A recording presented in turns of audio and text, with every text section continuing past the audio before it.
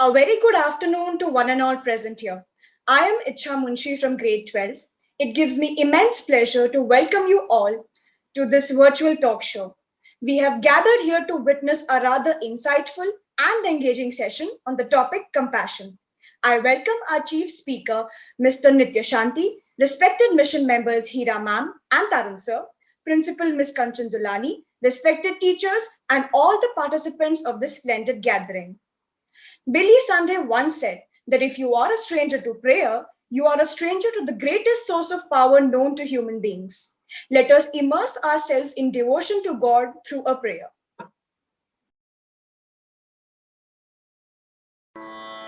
गुरुर्ब्रह्मा गुरुर्विष्णु गुरुर्देवो महेश्वरा गुरुसाक्षात् परब्रह्मा तस्मै श्रीगुरवे नमः। त्वमेव माताश्च पिता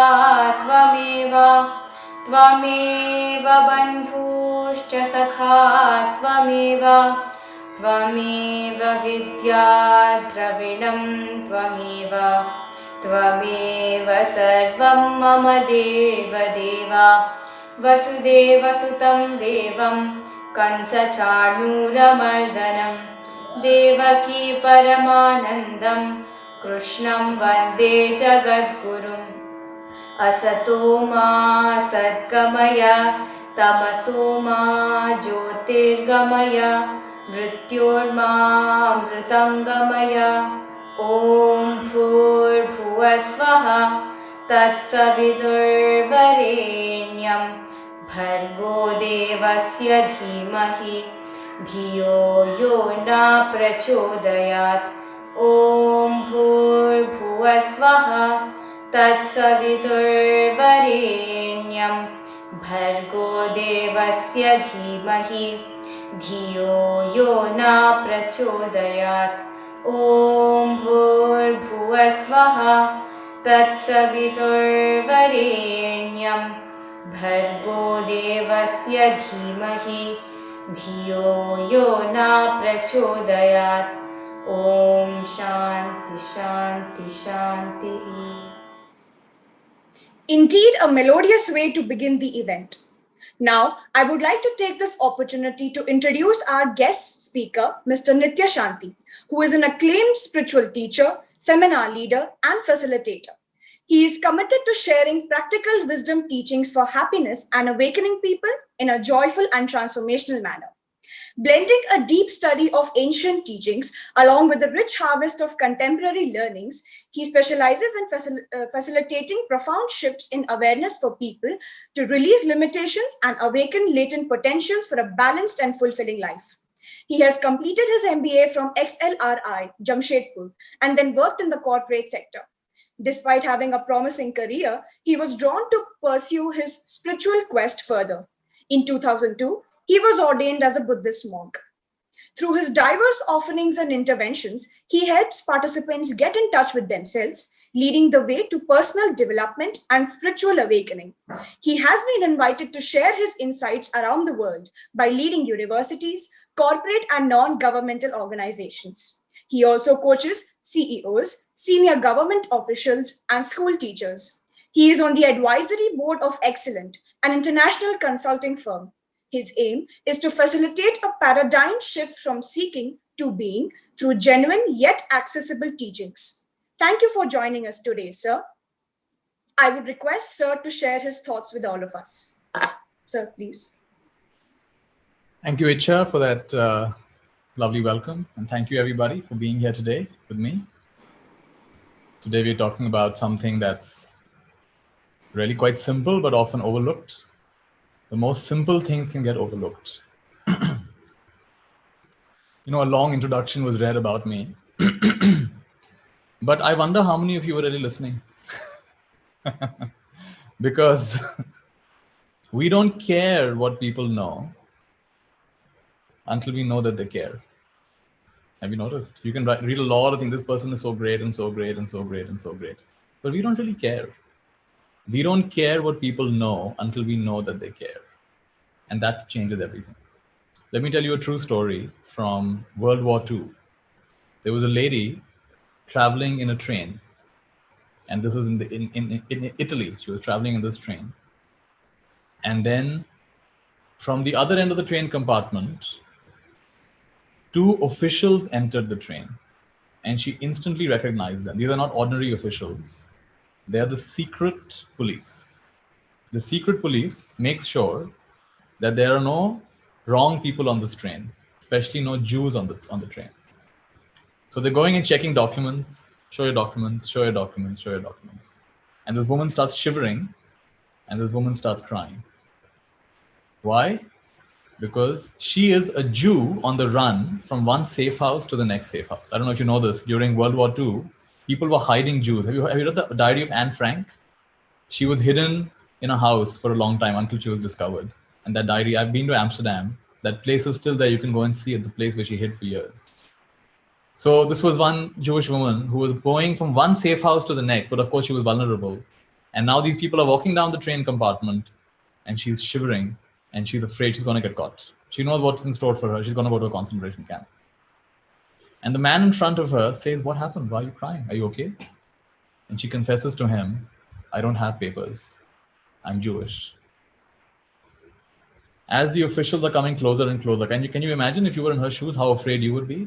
These people are coming closer and, "Papers, please, show me your papers, show me your papers." And they're coming closer and closer. And they come, at the moment they're about to come to her seat, this man in front of her starts shouting at her and says, "You're so stupid. I can't believe how stupid you are. You've done it again." And he starts screaming at her. And these officials say, "What happened? Why are you shouting? What happened?" And he says, "Officials, please take my wife. She's again forgotten her papers at home. Every time she forgets the papers, I'm fed up of her. Just take her away." And they check his papers and they say, "Okay, forget it. It's fine." And they keep going. And he saved her life. By doing one little act of kindness, he saved that woman's life. She was so taken aback, she did not expect that. She did not ask for it. He risked his own life to save her life. She was so stunned. At the next station, the man smiled and got off. She didn't even get his name. And years later, she would still think of him with love, that man saved my life. This is the power of kindness. So every single one of us in this meeting today, we have all been touched by a kind act. Is it not true? By a friend, by our parents, by a teacher. And ultimately, it's these kind acts that change everything. There was research done in a particular school. There was a lot of bullying happening in the school. I don't know in your school if there's any bullying that happens. But basically, the bigger kids would bully the smaller kids. And the principal read a study that children who learn to be compassionate to animals tend to be more compassionate to each other. I don't know if you know this, but they found that people who are put in prisons for violent crimes have often suffered violence themselves as children. They were beaten by their parents. And often they have never had to take care of another living being. Could be a cat, could be a dog, could be a rabbit. They've never had to take care of a living being. So they've never learned kindness and compassion. It was not given to them, and they never had it for others either.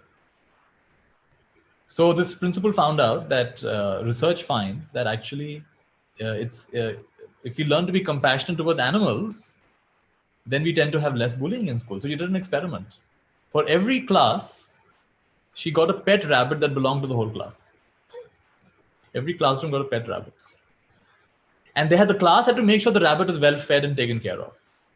So the teacher introduced, "So this is our pet rabbit." So everyone got to hold the rabbit. Now, if you hold the rabbit too tight, the rabbit doesn't like it. You hold it too loose and it jumps away. So you got to be careful. Everybody had to learn how to hold this rabbit and pet this rabbit, and they gave it a name, and everyone took responsibility. And over the next few weeks, as people learned to love this rabbit and take care of this rabbit, bullying across the entire school vanished forever. How beautiful is that? This is the power of kindness. You know, I talked about prisoners a little while back. They have a lovely study. What they found is, you know, in India also we have it, but it's much more prevalent in the US and other countries. Animal shelters. So these are shelters for animals. You know, you don't really see in the West stray dogs walking the streets as you do in India. In a way, India is better that way. They can go wherever they like. But in the US, they're all put away in small cages. And either they're adopted or they're put to sleep, which means they're given an injection and basically they die, right? If they're not adopted in good time, they're going to be put to sleep. And they're kept in small cages. I've actually been to these animal rescue places. They want to take care of the dogs, but how many dogs can they take care of? So they have a constraint of their budget and how many dogs they can feed. So what they found was they began taking these dogs for 2 or 3 hours in a day to the local prison. Now, these are prisoners who are locked up in a cage the whole day. And these are dogs who are locked up in a cage the whole day. And so they would allow these dogs and these inmates to meet one another and get friendly with one another. And something remarkable happened. Over the next few months, violence in the entire prison went down. Because the prisoners learned to be kind, because they realized, wow, because in prison you got to be tough. If you come across as a very soft person, then you're going to get in big trouble. So the prisoners learned to be kind and compassionate toward the dogs. The dogs were so happy to receive love and affection from these people. In fact, some of these prisoners trained these dogs to become support animals. Support animals, like if you're blind, then you can have a dog who can guide you. But it required a lot of training. So these prisoners were able to train over the next few months some of these dogs to become support animals. And what a beautiful story this is of how things change. I was visiting New York, upstate New York, and I have a friend there. She has a farm called Peaceful Acres. Maybe later on you can Google Peaceful Acres. It's a farm in upstate New York. And what she does is she rescues horses. And you may find this very strange, but in some countries, they even eat horses. They even eat horse meat. Can you believe it? So these horses would be in kill pens that they've been rounded up, and they're going to be killed. They're going to be slaughtered. And of course, sometimes you get news that a horse is being very, very, because it takes a lot of money to feed a horse. The horse is a big animal. So some people, they just neglect their horses. And these poor horses, they don't have enough food to eat. So they become really thin, or they're just locked up. So she would rescue these horses who were either about to be killed or who were treated very badly. They were abused very badly. What's remarkable about horses is, do you know that one thing unique about horses, the leader of the horse group always walks at the back. This is different. Human leaders like to walk in front. But the leader of the horses walks at the back. Another duty of the leader of the horses is, while all the other horses, you think horses and cows, they have to be eating a lot of the time. So the head is down, but the leader keeps the head up and keeps looking for danger. So the leader sacrifices himself or herself. Instead of being in the front, they be at the back. And instead of eating as much as the others, they keep their head up more and they keep looking for danger. And I was told that the horses have a much larger heart than human beings. And they can sense danger for up to 1 mile away. Their heart is so sensitive, they can pick up danger. So I'd gone to her farm and she told us, horses pick up your intention. So now she said, okay, approach the horse while inwardly feeling a little afraid, inwardly feeling a little nervous. Approach the horse and ask it to do what you say. So I felt a little nervous at a big animal. What will happen? What if it kicks me? I began thinking those thoughts. What if it kicks me? What if something happens? And I approached the horse and I said, okay, come with me. And the horse didn't come. Horse didn't want to move. She said, okay, now step back. And now approach the horse with full confidence, full authority, love, but also no fear.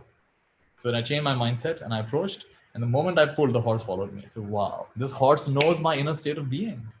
These horses are so smart. They picked up my inner state of being. Isn't that amazing? I have a friend in the US, and he used to be in the army. And he has been in the Iraq war.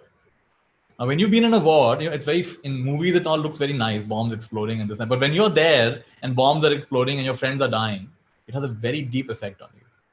It leads to what's called trauma. In fact, there's a word for it, PTSD, post-traumatic stress disorder. Something happens once and you get afraid for a long period of time. It may have happened to some of you. Maybe, somebody asked you to get up and tell a joke at a party. And you got up and you told a joke and nobody laughed. And you're like, huh? Nobody laughed. And you felt so embarrassed. And now you say, oh no, I'm very bad at jokes. I'm very bad at stories. I can't do it. Because that one incident happened, you have a small version of PTSD, post-traumatic stress disorder. You are now afraid of speaking in public. You're now afraid of telling jokes. You're afraid of singing in public. But it happened to you once. Now imagine if that small thing, you told a joke, no one laughed. And that had such a big effect on you. Imagine now if you're in a war, what a big effect it will have. So this person for years had been having nightmares because he would have flashbacks of what happened during the war. So he told me the only place he gets peace is when he goes and takes care of these horses. And they have something called equine assisted therapy. Equine is another word for horses, right? So equine assisted therapy. These are animals that have been tormented, even tortured by humans. And now these horses are helping humans rehabilitate. Isn't that amazing?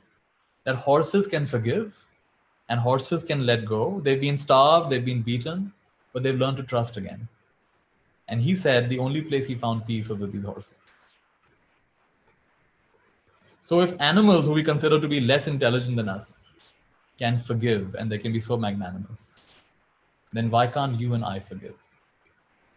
I mean, I bet the people, I doubt any of you here have been starved and beaten. Maybe you were not given one meal somewhere, but I doubt you were deliberately starved.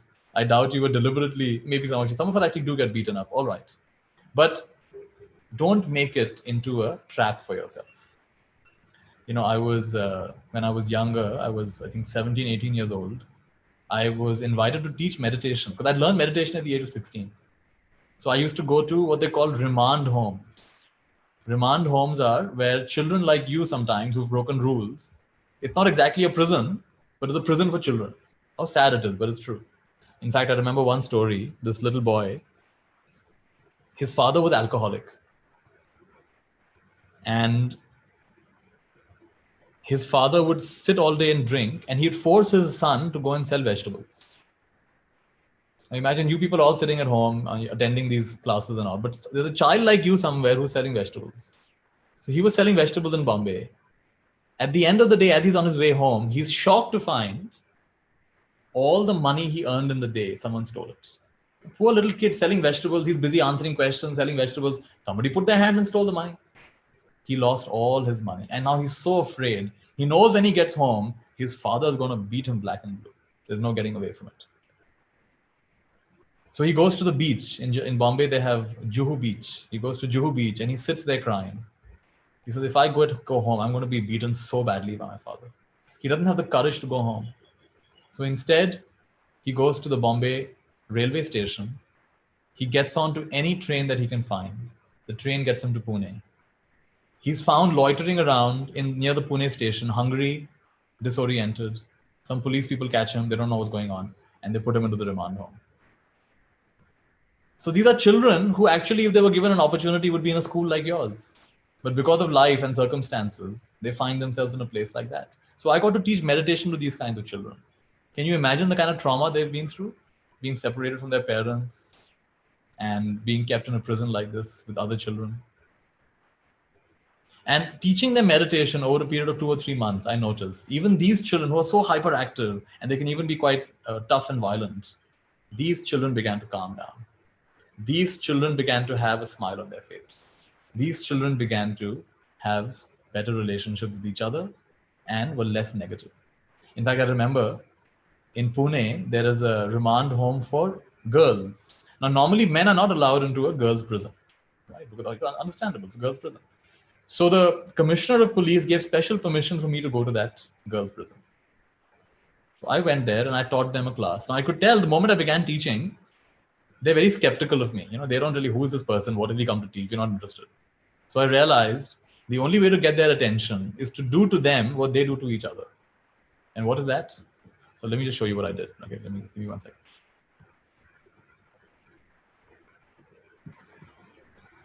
So I showed them this picture and I said, before we start, we all have to say namaste to my teacher. I said, yeah, namaste, namaste. I said, silly, that's not my teacher, that's me. That's you? Yeah, I was a monk once upon a time. And they all got fooled. So I fooled 100 girls who are used to fooling each other. And they got very shocked. What? That's you? That bald person is you? I said, yeah, that's me. When I was younger, I lived with a monk for some time. Now, because I fooled them once, they don't want to be fooled again. So the rest of the class, I listened very carefully. And they don't want to be fooled again, right? Because they keep fooling each other all the time. So I showed them some pictures of my time as a monk. When I was 23 years old, I lived as a monk in Thailand. And I showed them pictures of my monastery. Can you guess what time monks wake up in the morning? Can you put it in the comments? What time do monks wake up in the morning? Yes. Yeah, 3, some of you got it right. 3 a.m. Yeah, wake up at 3 a.m. And then we would do morning meditation. And when the sun would rise, we'd walk to the neighboring villages and we would take our bowls with us and we walk in silence. We never ask for anything. We just walk in silence. And as we're walking in silence, the villagers come out to give us some food they've made for their own families. So early morning, they give us food. I don't know if you know this, but in Thailand, on a birthday, you give gifts. You're like, what? Normally on my birthday, I receive gifts. I said, no, in Thailand, you give gifts. Why is that? Because in Thailand, they believe happiness comes from giving. Of course, there's a happiness in receiving, but there's another kind of happiness in giving. It's a special kind of happiness. Now, notice what happens. In countries like India, your birthday is once a year. So you get gifts once a year. But suppose you were in Thailand. You'd be getting gifts a whole year because there's someone's birthday every day.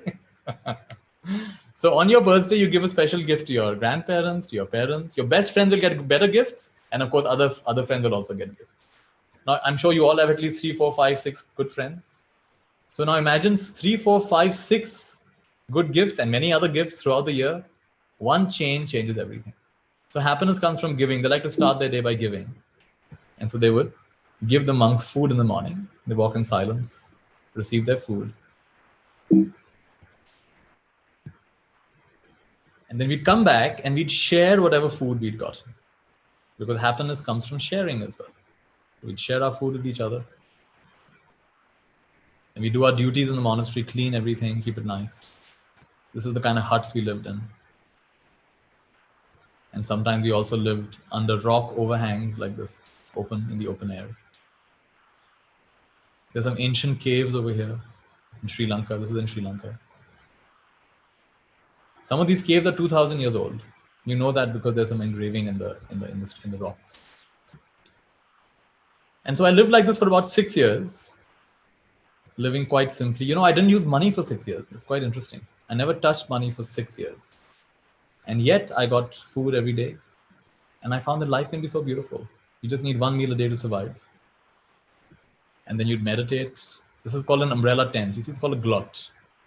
This is an umbrella tent with a removable handle. So the handle you can screw out the handle. So once you've opened it up, you take out the handle and then you can sit under it like this and you can meditate. So I lived like this for about 6 years in Thailand and Sri Lanka. And for 1 year, I was teaching in the US and India. And then when I was about 28 years old, I felt that journey is now complete. And I left my monk life and I've been now teaching and traveling in different parts of the world, sharing things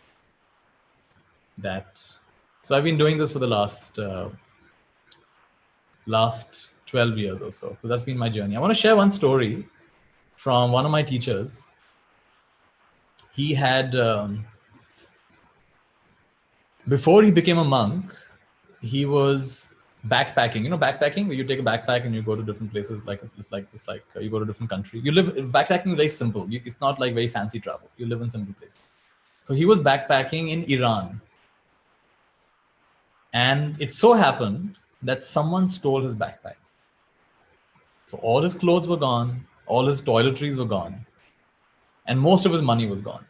Whatever little bit money he had in his pocket was left, but most of his money was gone. So now he wrote back to his family, and he was from the UK, from London. So he wrote back to his family in London, please send me some money. Now it'll take a few days. This was many years back, so money could not be sent so quickly to another country. It takes 4 or 5 days for money to come. Now, meanwhile, whatever little money he has, he's trying to manage. So he's living in the cheapest possible place. He's eating the cheapest possible food. And his beard is growing. He doesn't have toiletries.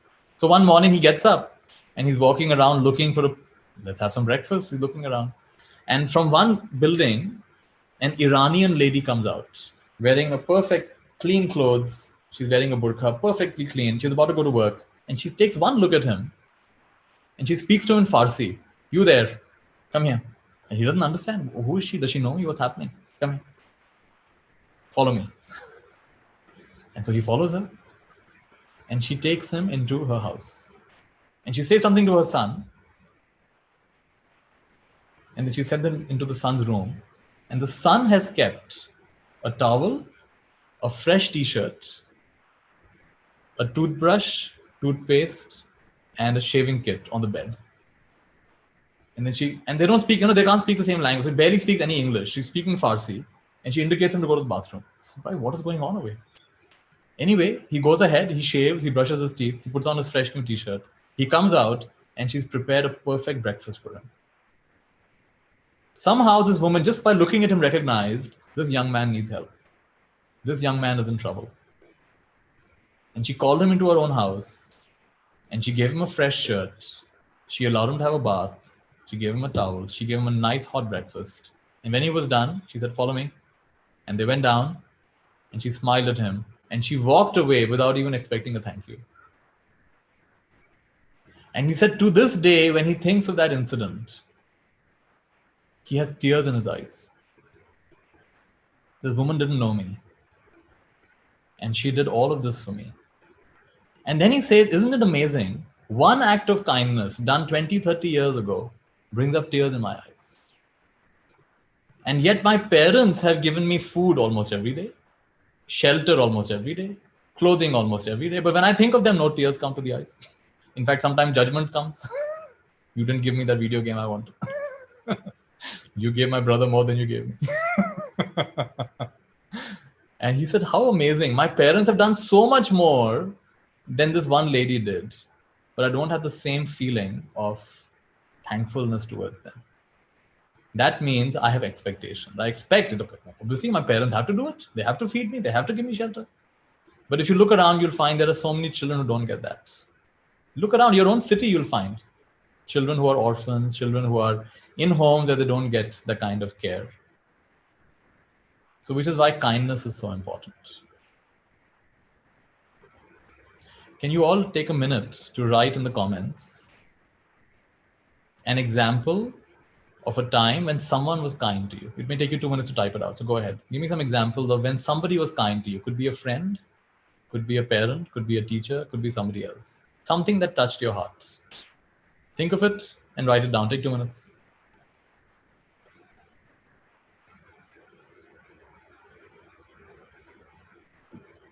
A time when someone was very kind to you. And when you think of it, even today, it warms your heart. It can even bring tears to yourself.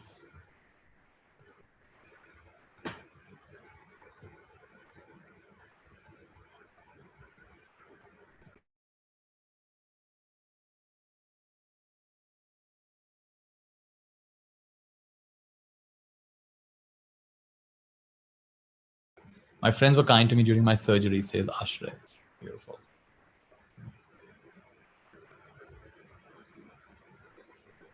Riddhi says, whenever I keep making mistakes, maybe intentionally or unintentionally, but my parents forgive me. That's kindness.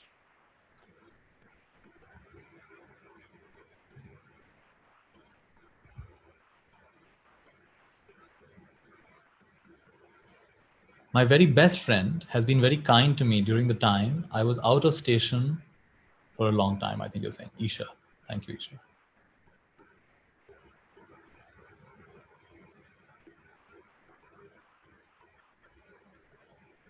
My friend sacrificed her position in the competition for me. That's incredible. That is so amazing, Kritika. Thank you for sharing that. I was in need of money. I had lost everything. That day, I did not even have a single note in my wallet. That day, someone gave me a good opportunity to work and earn money. Manju has shared this. Amazing. I am deeply touched when my mother is given blood and saved her life by a colleague. Amazing. My friends are kind to me, even if I'm slow or others, they support me, says Vikas. My sister is autistic and keeps caring for me at times more than she cares for herself. How beautiful is that? You know, I have a friend who teaches what they call special children, Down syndrome. And she says, she's in a bad mood.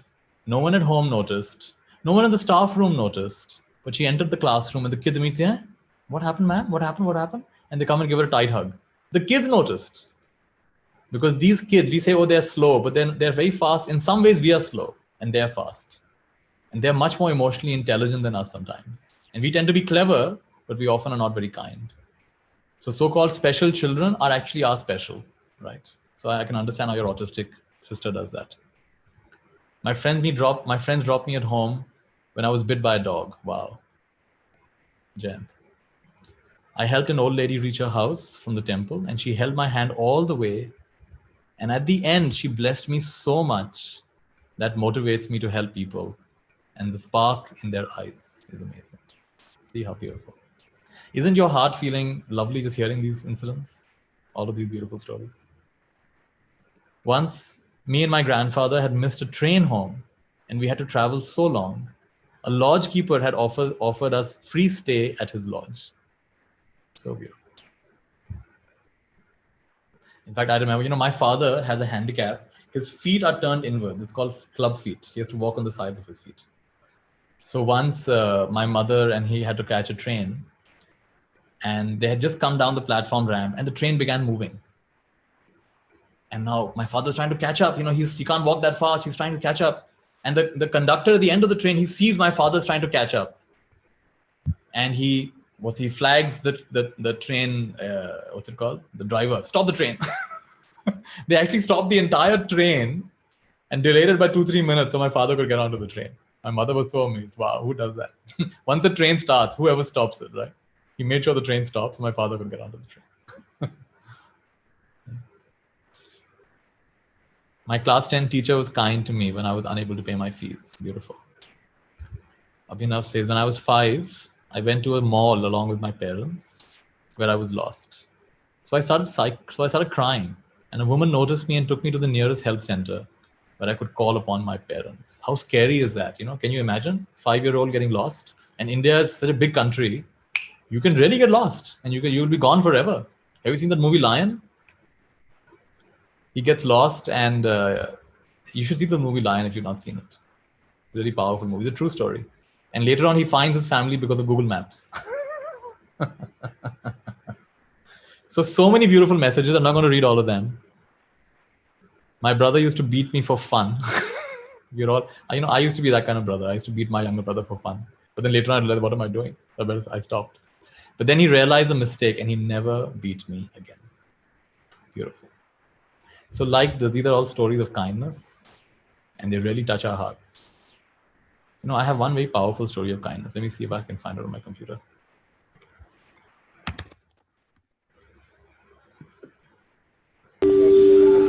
I finished my college here. I was working for Taj Group of Hotels, Bangalore. I saw a very old man. He was eating his own human waste for hunger. I thought, what is the purpose of my life? What am I going to do? In a star hotel, I feed all my guests, but where in my hometown, there are people who are living even without food. I quit my job and I started feeding all these people from 2002.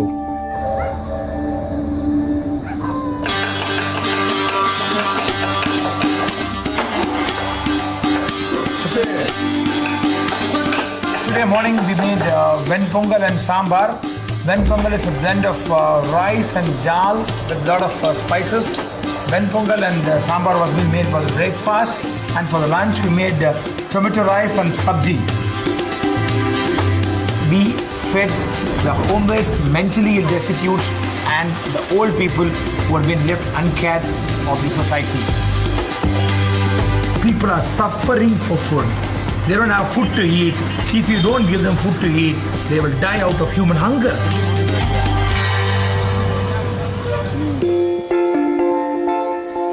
I cut their hair, I give them a shave, I give them bath. For them to feel psychologically that they are also human beings, there are people to care for them, they have a hand to hold, hope to live. Food is one part, love is another part. So the food will give them physical nutrition. The love and affection which you show will give them mental nutrition.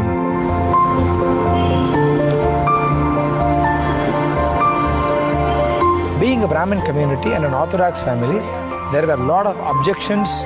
Brahmins are not supposed to touch these people, clean these people, hug these people, feed these people. Everybody has got 5.5 liters of blood. I am just a human being. For me, everybody are same. There are thousands and thousands and lakhs of people suffering. What is the ultimate purpose of life is to give. Start giving. See the joy of giving.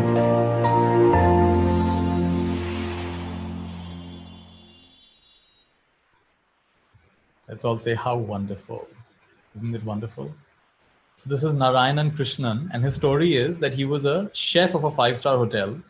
Such a good chef that they wanted to send him to one of the hotels had a branch abroad. They said, let's send him abroad. So he came home briefly to say bye to his parents. On one of the days, they were going to the temple. On the way to the temple, he saw an old man eating his own shit, and he couldn't bear it. So he stopped the car right there. He went and bought some food, and he fed this man. And when they went to the temple, he said, what is better, going to a temple or feeding that man? And what is it? What is true prayer? What is true service? We go and we offer coconuts and other things to the gods, but we don't feed the hungry people on the streets. And then he couldn't get this image out of his head. He said, okay, I gave him lunch, but he'll be hungry for dinner. So then he quietly went and fed him dinner. And like this, he began going and feeding him for the next few days. And he realized he got more peace from serving this one old man than he got from feeding 1,000 guests in his 5-star hotel. Do you know how much food is wasted in 5-star hotels? The amount that's eaten, approximately same amount is wasted. Right? And he realized his happiness came from serving others. So Narayanan Krishnan began taking care of these people. In fact, he was supposed to go abroad. He decided not to go abroad. Stay back in his city. He gave up his lucrative career. And he began taking care of these hungry people. In fact, everyone thought he's mad. His family thought he's crazy. Because he's not, as a Brahmin, he's not supposed to touch these people. He said, everyone's got 5.5 liters of blood. And he wanted to give them a haircut because you can imagine, like lockdown, even I haven't got a haircut for a long time. He wanted to give them a haircut. So he took them to a barber, but no barber wants to take these people because if he starts taking these people, his normal customers will stop coming. So no barber wanted to cut their hair. He himself learned how to cut hair and shave. So he began helping these people shaving their head, shaving their face, cutting their hair. And he's now started a place where these people can come and stay. And one thing very interesting is when they first come, they all overeat because they've not eaten, they've not had regular food. So there's a great fear. So when they see food, they eat and they eat and they eat and they end up vomiting. They eat and they eat and they eat and they end up vomiting. And he would tell people, don't stop them, let them do it. It'll take them a few days to realize the food is not going anywhere. Their psychological need for food is more than their physical need for food. So for the first 10 days, he doesn't stop them from eating as much as they like. And little by little, they themselves realize the food is not going anywhere. And their habit pattern changes. So much to learn from this. So what the main point I want to bring across by this little video I showed you is that everybody is carrying a hidden burden.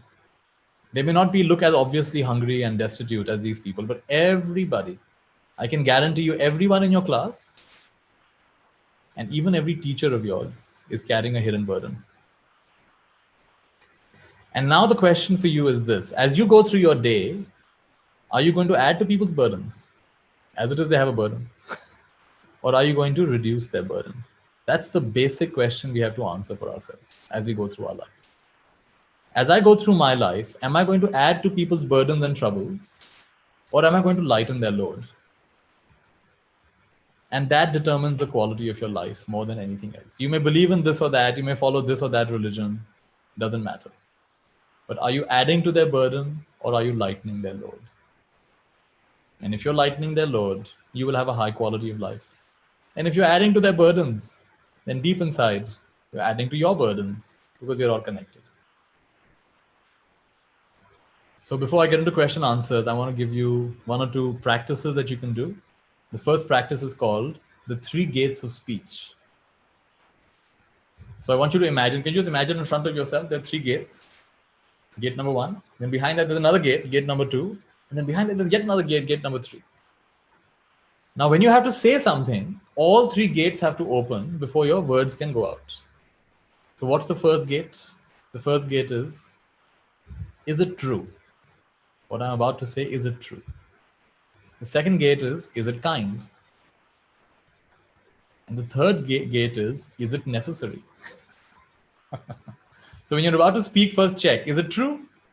And sometimes, especially when we're young, what difference does it make? Just say anything, make up a story. What difference does it make? But what I found as a child, when I would tell a lie, I would have to tell another 100 lies to cover up that lie.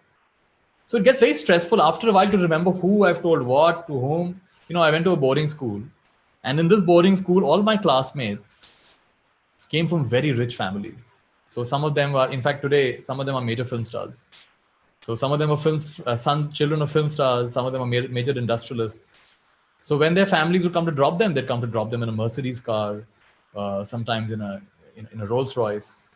And, and then they would, you would see the kind of very fancy lifestyle that they had. They'd show us photographs of their homes. So I would feel inferior. I would feel I'm not, my friends are such better lives than I have.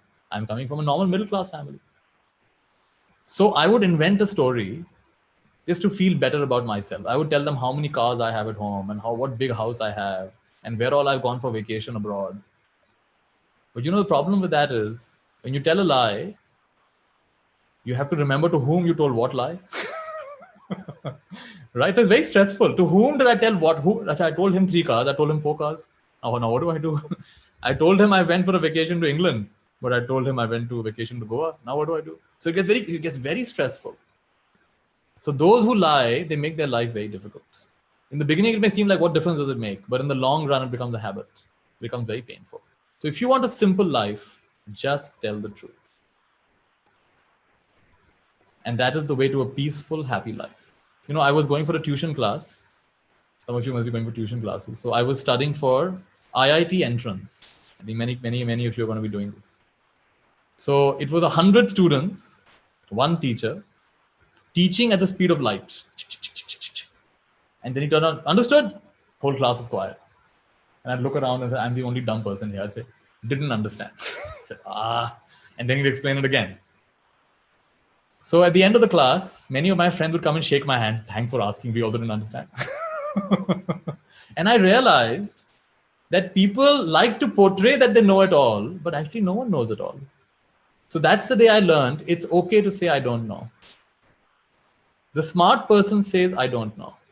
The foolish person have you noticed foolish people like to say, I know everything. I know everything. The wise person says, I don't know everything, and I'd like to learn. So that's an example of, is it true? The second gate is, remember the second gate? Put it in the comments, what's the second gate? First gate is it true? What's the second gate?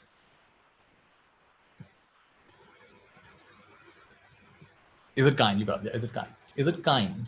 Now, just because it's true doesn't mean I should say it. Right? Because sometimes it can be very unkind. Your friend told you a secret and you told others, yeah, it's true. And that's exactly what happened. But in the process, you did something very unkind. And now they're feeling very hurt because you revealed to everybody what they thought they only was meant for you. In fact, this is called rumors. I come to you and I tell you a secret. I say, please don't tell anybody this happened. Yeah. So you go to your next friend and say, please don't tell anybody this happened. And they'll tell the next person, please don't tell anybody this happened. And so everybody's saying, this is what happened, but don't tell anybody, don't tell anybody. And but before you know it, everybody knows about it. So we should be the kind of people who, if someone tells you something in confidence, don't go around telling others. Then people trust you, and then you become a true friend to others. Otherwise, you're going to spoil your friendships. Now, some people say, no, I just tell it the way it is. I tell it the way it is. I don't care what people feel. These same people don't like it when other people tell them the way it is. So kindness is actually very important.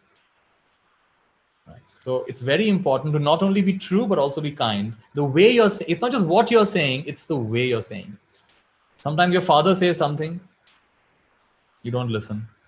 And your mother says the same thing, and you listen. And the father says, why? How come you listen to her? She said it nicely. So, because when people say things kindly, then we are willing to do it. Right? The third gate of speech is, what's the third gate, remember? Is it necessary? Very fast, you got it before I ask the question. The third gate is it necessary? Not everything has to be said.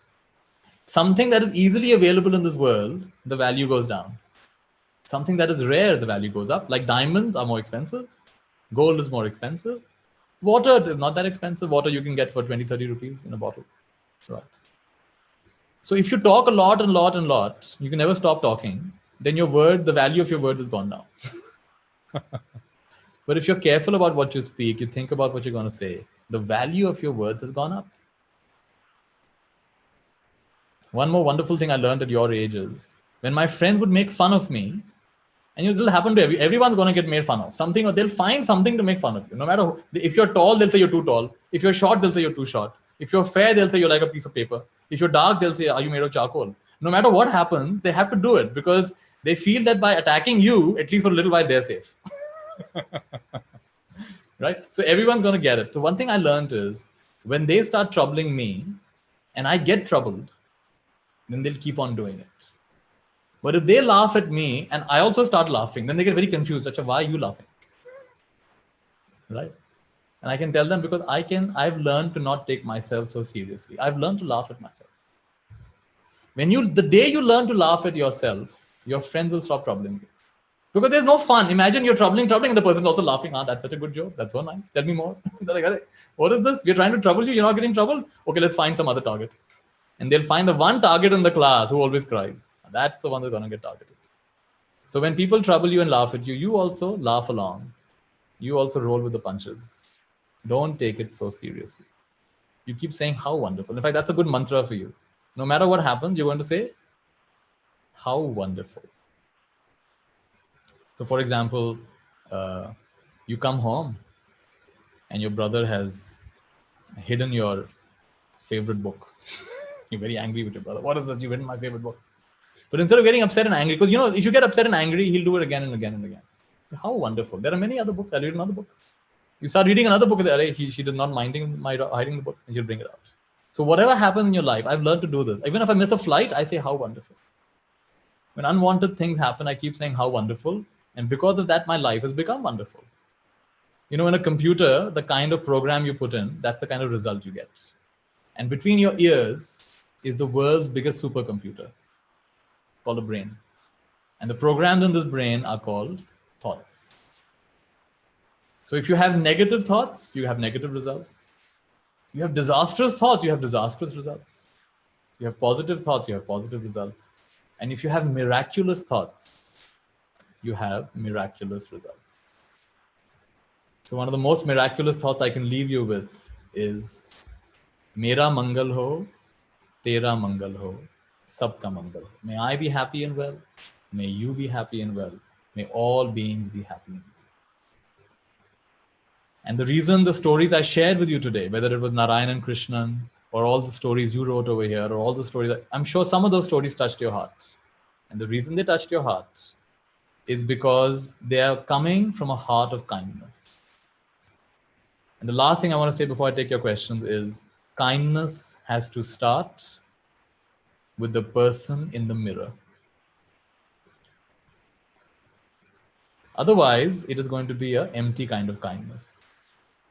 You're trying to help others, but you don't even like yourself. And can you guess which is the only guaranteed long-term relationship of your life? Put it in the comments. Guaranteed long-term relationship. It's with whom? Let's see who gets the right answer. Parents, someone says. Ourselves, you got it. The guaranteed long-term relationship is with ourselves, right? Not with a brother, not with a sister. It's with yourself. That's the only guaranteed. One thing you're sure of, you were born and you will die. And the one person you're stuck with is yourself. So when you look in the mirror, make it a habit to smile at yourself. My teacher said some people can't smile at themselves. So they should do push-ups. We said, why? Why should we do push-ups? If we can't smile, why should we do push-ups? He said, no, special kind of push-ups. Everyone try this. Take 2 fingers. Those with your video on, just try. Put 2 fingers. Get it close to your lips. And now start doing push-ups.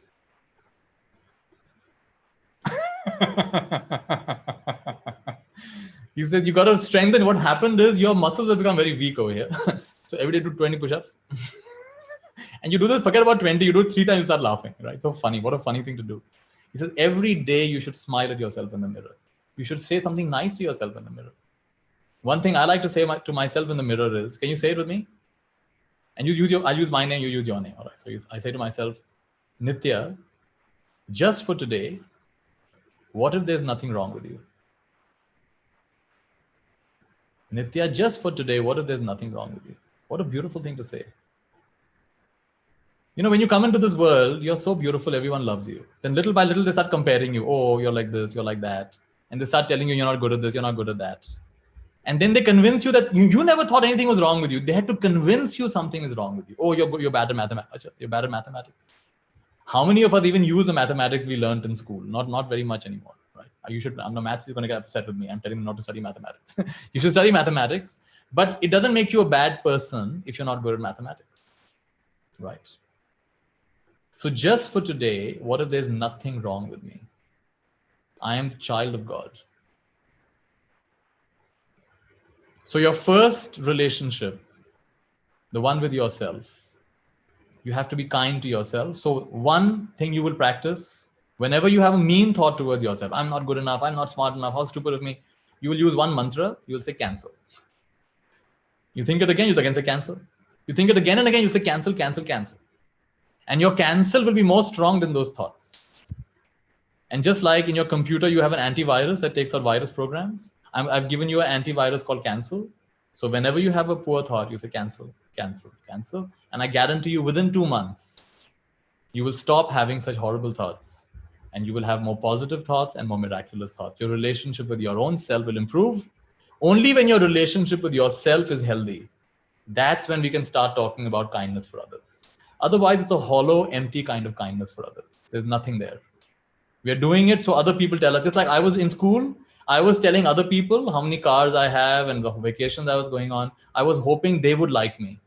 But even if they like me, I don't like myself. When you boast, you're only trying to convince yourself. So since then, I have learned, I'm going to tell the truth. I'm going to tell it, is it true? Is it kind? Is it necessary? If you like my speech today, the only reason you like it is because everything I'm saying, I'm allowing it to pass through 3 gates. Is it true? Is it kind? And is it necessary? And because it passes through 3 gates, the speech becomes very nice. But if even one of those gates is missing, your video, it looks like you're listening, but actually you're playing a video game over there. Because your mind is somewhere else, right? But the reason your mind is not somewhere else is because it passed through those 3 gates. So it doesn't matter what your parents are doing, what your teachers are doing, what your friends are doing. You follow the 3 gates of speech and you will have a wonderful quality of life. You will have a happy life, a meaningful life, a beautiful life. Very good. Let's take some questions. Thank you, sir, for enlightening us with your knowledge. A few of us enthusiastic students are eager to ask you some questions on compassion. Yeah. First of all, I invite Juhi Adnani from grade 8.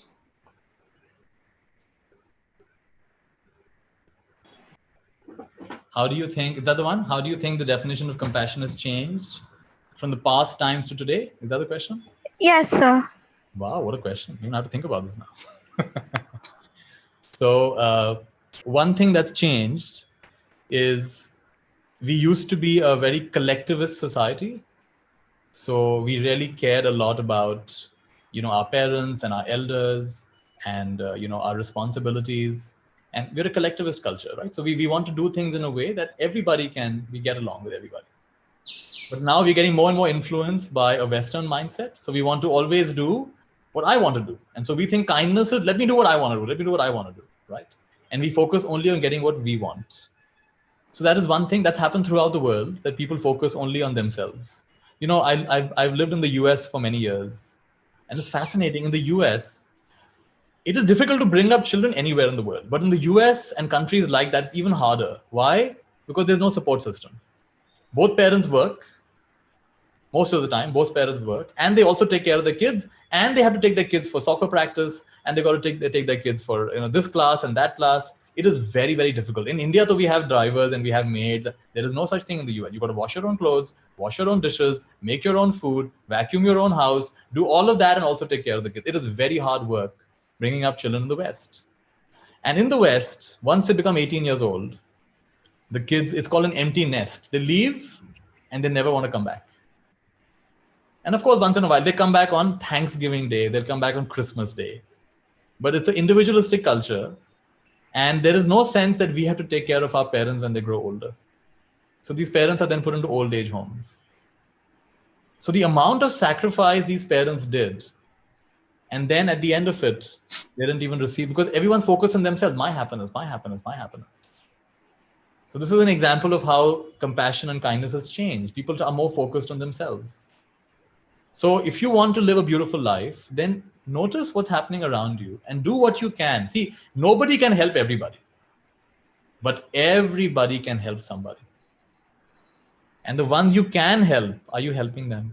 And helping does not mean you have to give them money. Helping can also mean you say something kind. You listen to them. You're good to them, right? So like this is one way. But what do you think? How do you think? I want to actually ask you back. Juhi, how do you think it's changed? You were right about how selfish, we're kind of conceited nowadays. We keep to ourselves, and the main mindset is, even if people they keep to themselves, and if they think about themselves, most of them, at least part of them, they're traumatized about something that has happened to them in their childhood, or they don't want to associate their past with themselves, because it makes them I don't know, it makes them practically go crazy.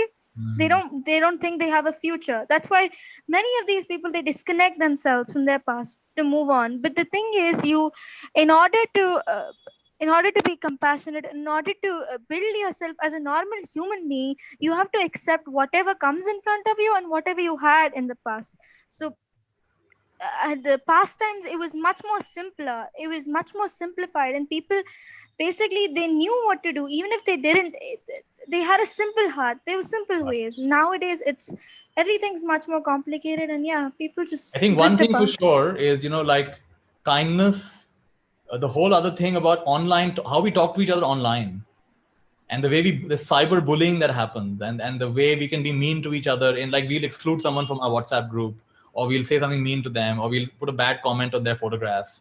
And so the level of meanness, it's become so easy to be mean nowadays. Maybe that's one way that things will change, isn't it?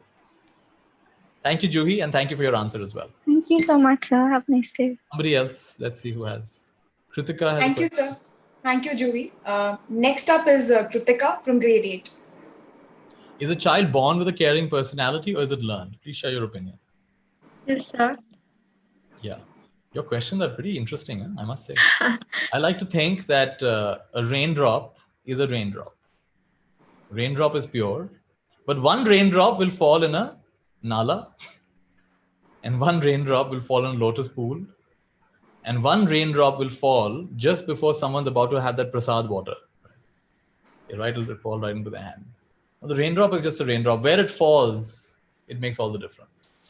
So I think it's mostly a factor of the kind of people you're associated with. Yeah, there are certain tendencies which come even before birth, but what gets activated, that is about the kind of company you keep. There's a lovely story of an elephant. He was a royal elephant, and the king loved his elephant. Very noble, regal elephant, well-trained elephant. But something happened, and the elephant began behaving very strangely, began getting very upset, began pushing his mahout, and became very unruly. So the king got very confused. This elephant is so timid and kind and well-trained. Why is it behaving like this? So he asked his chief minister to investigate.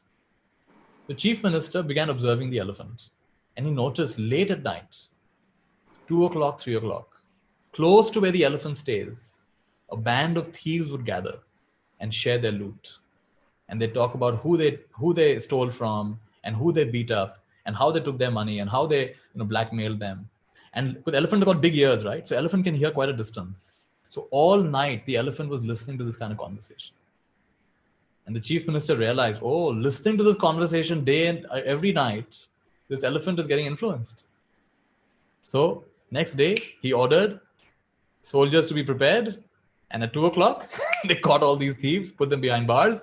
And instead, he began inviting wise people, the same place where these thieves were talking. He invited wise people to come and talk about noble things, meaningful things, inspiring things, the kind of thing we're talking about today. And sure enough, in a few months, the elephant became again very calm and very well trained. So you see, it's the kind of influences that we get. We have, within each of us, there is a great saint within every single one of us. And there's a great dangerous person also within all of us. Who are you feeding? You have a black wolf, in fact, in the Native American tradition, the grandfather was telling a story to the little children. Within everyone is a black wolf and a white wolf, and they have a tremendous fight. Then he got quiet. So the kids are waiting, what's going to happen? What's going to happen? And so one of the child says, but grandfather, who's going to win? So grandfather looks at the little child and says, the one you feed. So which one are you feeding? Are you feeding your black wolf or your white wolf? Black wolf represents the part of you that's selfish and that wants to always hurt others and trouble others. This is your black wolf. And your white wolf is the one that's more compassionate and more caring and more loving and more grateful.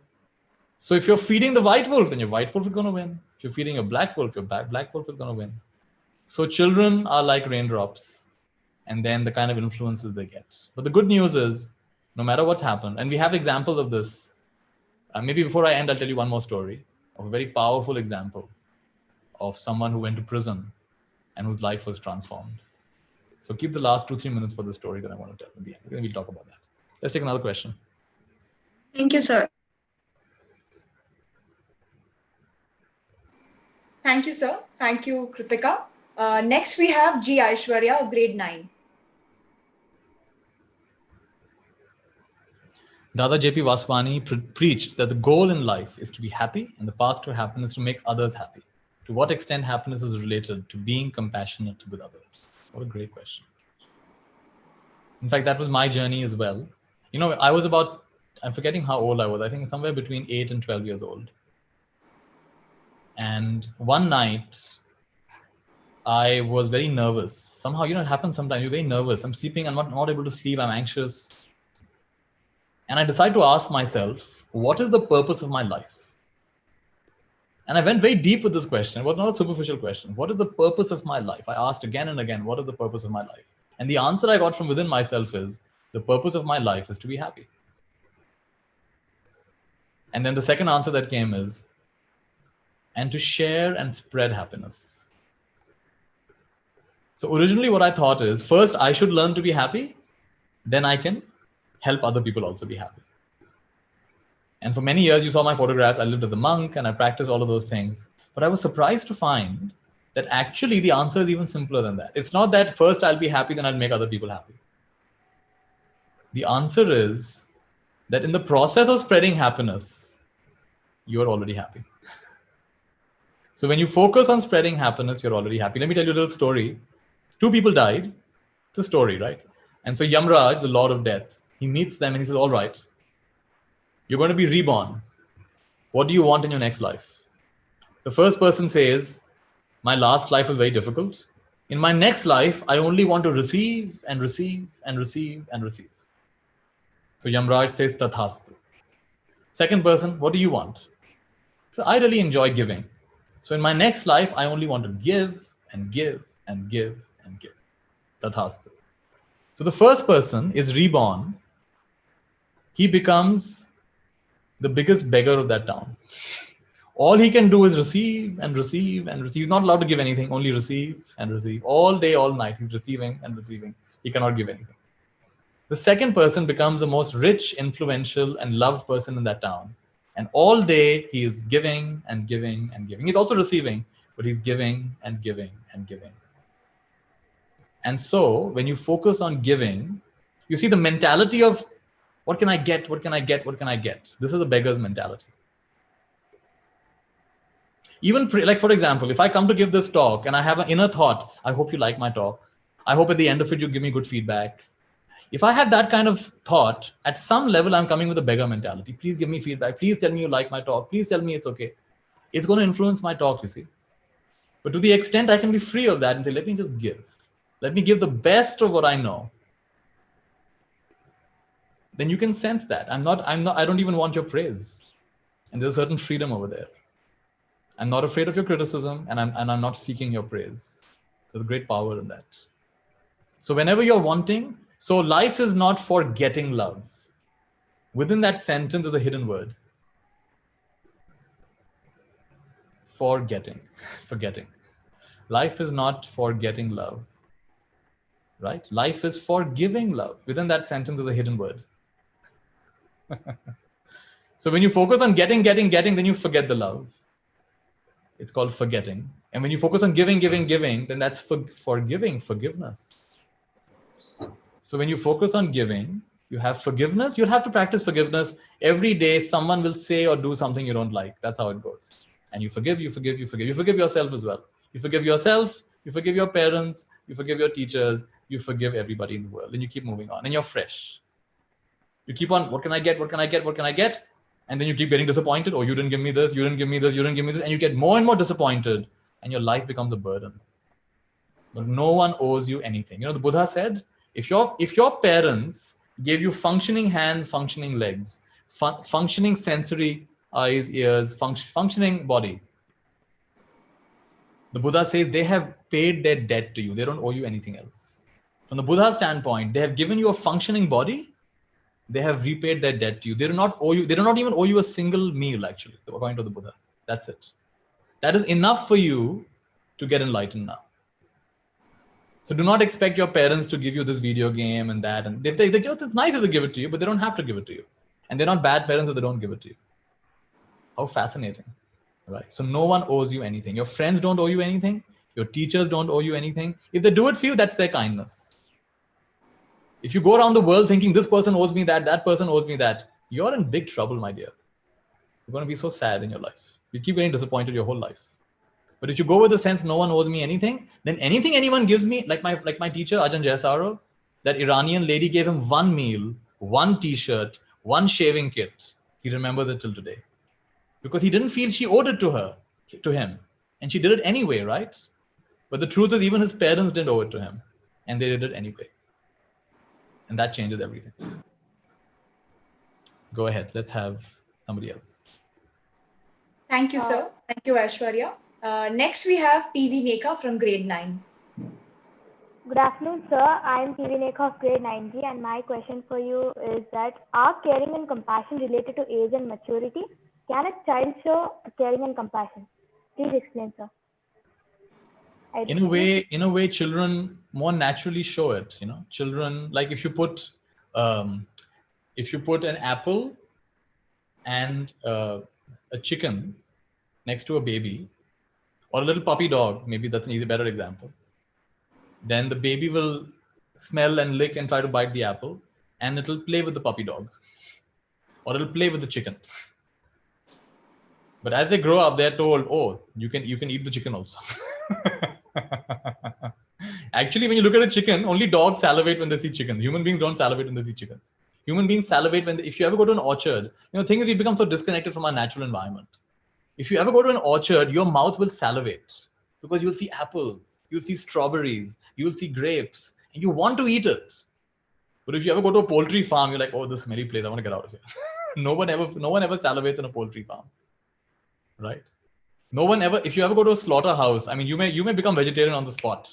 You may become vegan on the spot because you'll see these animals and what they go through.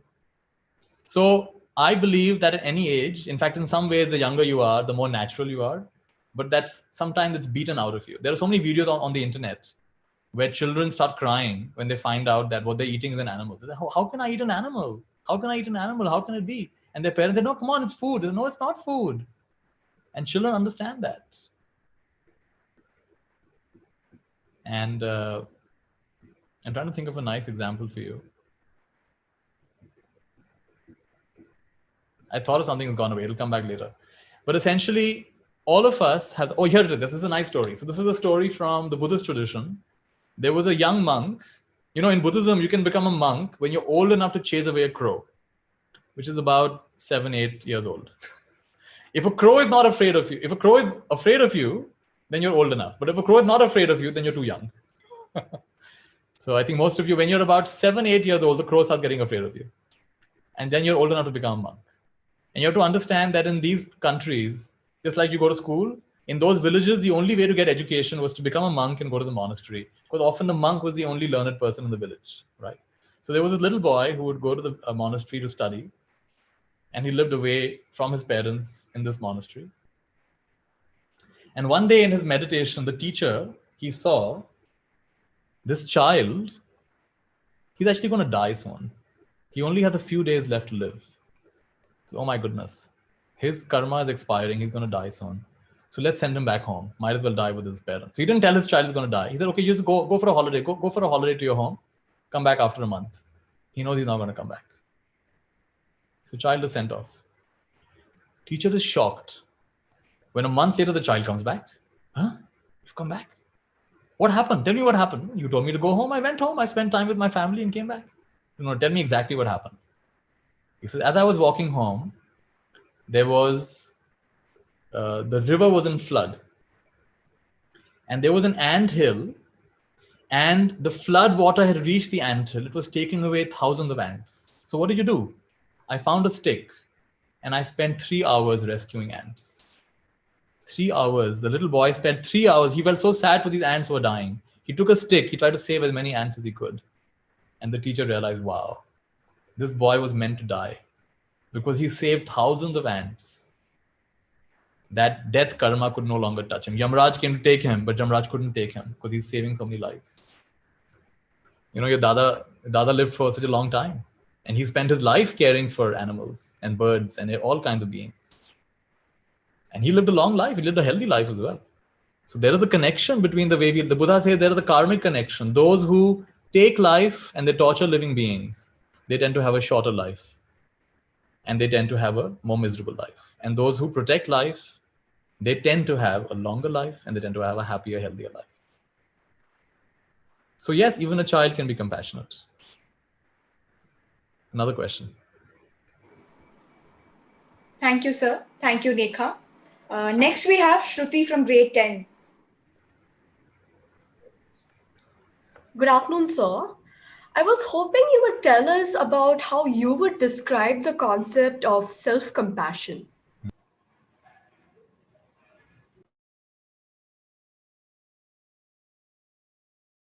I got muted. Okay. So this is one of the most important concepts because kindness for others has to start with kindness towards yourself. So let me give you the 3 qualities of a healthy personality. What are the 3 qualities of a healthy personality? Number 1, the propensity to see what is good in others. When you meet someone, do you see what's good in them or do you immediately start seeing what's wrong in them? The more you see what's wrong in them, the more unhealthy your personality. The more you see what's good in them, the more healthy your personality. In fact, in India, we have a word called guru. What is a guru? A guru is someone who sees God in you. Because the guru can see God in you, they're considered a guru. And if they can see goodness in you, they're considered a friend, right? If they can see great potential in you, they're considered a leader. So like this. And the people who see the worst in you, and then obviously they're your enemies. And the person who sees the worst, absolute worst, that would be called the devil. So what we see in others, there's a lovely Hindi, Sanskrit mein kehte hain, yatha drishti tatha shrishti. What I see in others, I evoke in others. So the first quality of a healthy personality is the propensity to see what's good in others. The second quality of a healthy personality is when unwanted things happen, how quickly can you let go? Do you hold on to it for a long time or can you let it go? I like to talk about this. In Hindi movies, they say this phrase, "Saat janmo tak nahi bhulunga." So someone did something to you once. "Saat janmo tak nahi bhulunga." Acha. So one person did one thing once and you will remember it for 7 lifetimes. I mean, how foolish is that? The smart person can let go. The smart person can forgive. The faster you can forgive. In South Africa, I don't know if you know about South Africa, they have something called apartheid, where the white population was oppressing the black population for a very long time. Then Nelson Mandela came and he began having reconciliation, a commission of reconciliation. And people would come and they would confess what they had done. And they would seek forgiveness from those who they had done it to. And one police officer came and confessed to beating and torturing a young black man. The mother of this black man was sitting in the crowd. And he confessed to beating, torturing, and ultimately killing this young man. And as he said it, he was crying. The mother got up and ran towards this man. She ran so quickly, the security couldn't catch her. She jumped across the barrier and she hugged him. And she said, "I forgive you." That moment touched the entire nation. That mother's act of courage to forgive the man who had beaten and tortured and killed her own son. And she could see that she really was repenting. These kinds of moments change the nation. You see, I really feel in future, if any of you become journalists, please remember this. The kind of thing we show on our television network, we only show when a Hindu beats a Muslim, or when some riot happens, or we don't talk about all the kind acts that are happening throughout our country. And this is a great disservice to our nation. We are spreading disharmony in our nation by showing this. So second quality of a healthy personality is how quickly can you let go and forgive. Did you know Nelson Mandela himself? He was kept in prison for I think 35 years. He had many jailers. All his jailers tormented him. All his jailers tried to trouble him. The moment he became the president of South Africa, on his ceremony of becoming president, first address to the nation, he said, I want 5 seats in front, guests of honor. He called his 5 jailers to be the guests of honor for his becoming the president. He could easily have sacked them. He's now the most powerful man in the country. He could have sacked them. He could have given them, they troubled him for 35 years. He could have troubled them back. Instead, he called them in front as guests of honor. He sent a message to the country. If I can forgive, you can forgive. So how quickly can you forgive? Your friend says something you don't like, and you remember it. I'm sorry, you have an unhealthy personality. But then the friend apologizes, or you make up and you let it go. You have a healthy personality. The third quality of a healthy personality is getting along with a wide variety of different kinds of people. So do you only get along with people who are like you, think like you, believe like you, look like you, play the games that you like, eat the food that you like? Then I'm sorry, you have an unhealthy personality. But can you get along with different kinds of people, with different belief systems, with different personalities, with different likes and dislikes? If you can get along with everybody, doesn't mean you have to be friends with everybody. I like this quote. I love everyone, but I like only a few. So you can love, you don't have to like everybody. Nobody can like everybody.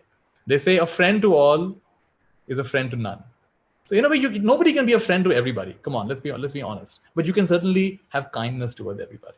So get along with everybody. You don't have to be friends with everybody.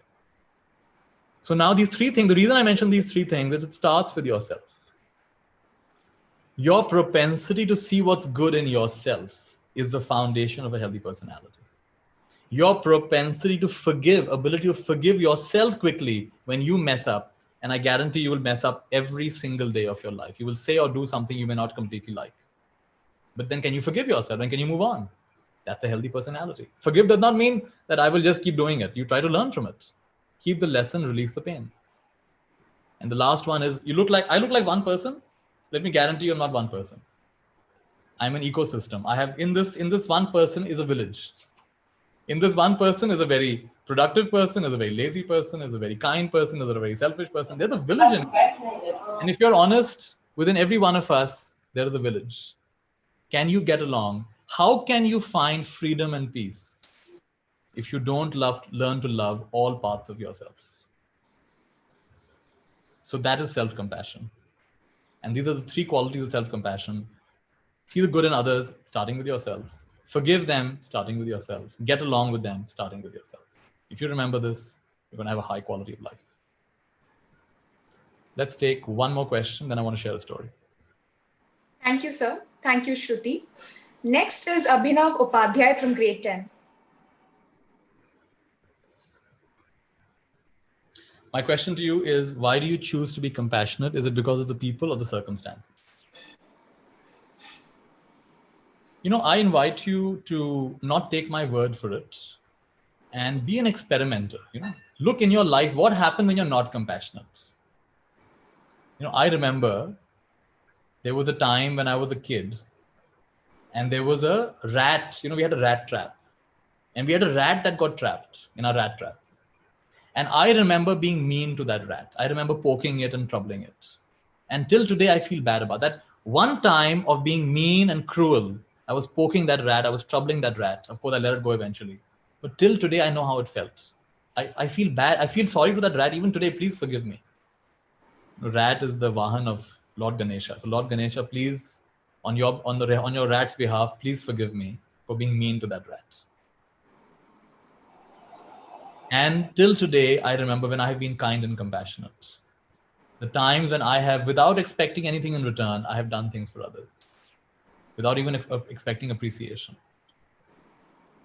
And those moments, I don't have to tell you my moments. Those are my private moments when I have gone out of my way and done things for people. Those moments will stay with me till the last moment of my life. There's a lovely phrase, who loves well, dies well. Who loves well, dies well. If you love well, you will die well. You will live well and you will die well. So yeah, I choose to be compassionate because my inner being tells me that's the better way to live. But don't believe me. Look at your own life and check. What is it like when I'm not following the 3 gates of speech? It's not true. It's not kind. It's not necessary. Spend a full day. Go ahead. Don't follow 3 gates of speech. Do the opposite of the 3 gates of speech. One full day, I will lie. I will be unkind and I will say unnecessary things.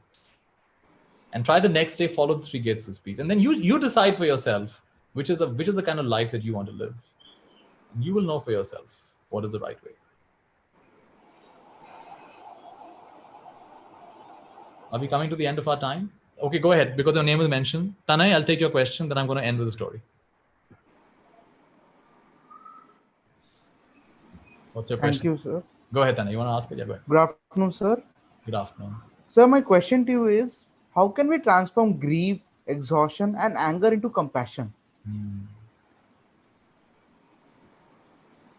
So first of all, I want you to remember that your body is composed of elements from your mother and your father. And their bodies are composed of elements of their mother and their father. And if you start going backward, it is very hard to tell how far back this goes. Not just 100, not just 1,000, hundreds of thousands of generations. And every single one of those generations has faced grief, has faced disappointment, has faced anger. So therefore, this body, which is the summation of all of my ancestors, just like when you start running, your heartbeat changes. When you go to a cold place, your body adapts, something will happen, right? When you're very thirsty, your body will change. When you stop eating food for a few days, your biochemistry changes. Your body knows how to deal with a hunger situation, with a hot, with a cold, with a different kind of situation. Your body knows. In the same way, your body can handle any emotion, the whole spectrum of emotions, from the most sad and depressed and shameful and depressed to the most joyful, ecstatic, blissful. You can handle it. You don't need me to come and teach you how to handle it. The main thing to do is fully feeling your feelings. The reason you get stuck, instead of feeling the grief, you make a story about the grief. Oh, well, this happened. Oh, they died. Oh, this happened. And you make a story about it, instead of just feeling it. So the lesson here is fully feeling my feelings is very healing. And there is, even though we say words like negative emotion, positive emotion, there's actually no such thing as negative and positive emotion. There's just emotion. And emotion is giving you feedback, right? Like a battery has got a positive pole and a negative pole. You can say, oh, no, we don't like negative. You want a battery, you go to the shop, I want a battery with only positive. Why? I'm a positive person. I'm sorry, they will have battery, will have both positive and negative. Your happiness has no meaning without some grief. Your accomplishment has no meaning without some failure. What are you talking about? How can you enjoy the success of that victory if you have not suffered the pain, you've not paid the price for it? How will you enjoy it? You can't enjoy it. Tomorrow you go and fake your certificate. Will you be, the rest of your life, you may get a good job, but you'll feel like an imposter the whole time. You'll feel, I'm a cheat, I'm a fraud. Inwardly, you'll have no peace, right? So how do you deal with it? You deal with it by allowing yourself to experience it. Fully feeling. Your feelings don't want to be healed. They want to be held. Your feelings don't want to be fixed. They want to be felt. And since you've asked this, I want to say there's a very bad notion nowadays. Men shouldn't cry. Boys shouldn't cry. What nonsense. Men and women will both cry. What is this idea men shouldn't cry? There was a nice ad someone made recently that they're told from childhood, men shouldn't cry, men shouldn't cry. And then they grow up, they start beating their girlfriends, they start beating their wives, they start beating their children. And Hindi में बड़ा अच्छा कहते हैं कि ये नहीं कि लड़के रोते नहीं, लड़के रुलाते नहीं. That's a better message. So both men and women are allowed to cry, are allowed to feel sad, are allowed to feel disappointed. It's not true that men are strong, girls are weak. Nonsense. Men are also weak and strong. Women can also be weak and strong. That's what I want to say for that question. So can I just quickly share one last story before we end? Yeah. So Parina, I know you're there next, but now we're coming to the end of our time. So I'm going to share one story. And, can I say something, Nitya? Go ahead. The teachers also have a lot of questions. We have not taken any teacher as yet. You want to extend the time if everybody is okay? To ask the principal.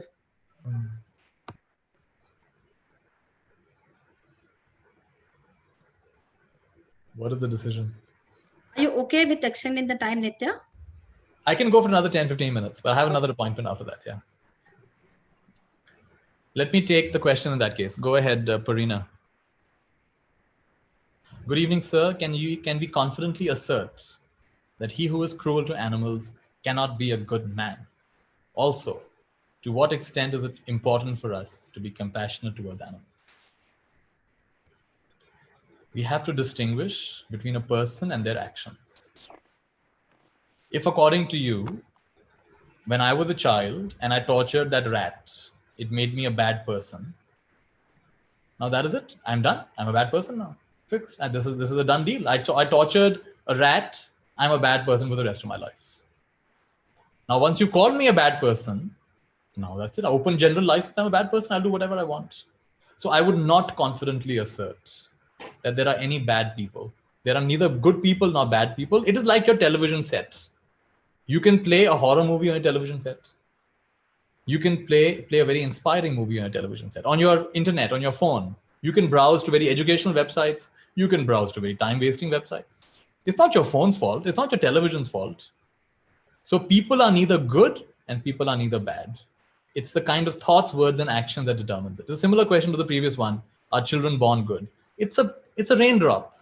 Now, where it falls, if the raindrop falls in a nala, a dirty nala, it'll become a dirty water. If it falls in a nice, pure place, it'll become a pure raindrop, pure water. So, if you think like that, then you will start judging people. And tell me, when people judge you, do you get inspired? Oh, you judge me. You've inspired me to become a better person. Never happens.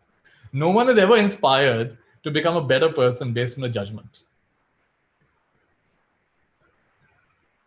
In fact, this is a good time for me to share the story that I wanted to share. So there was, in America, there are these gangs, and sometimes these young boys who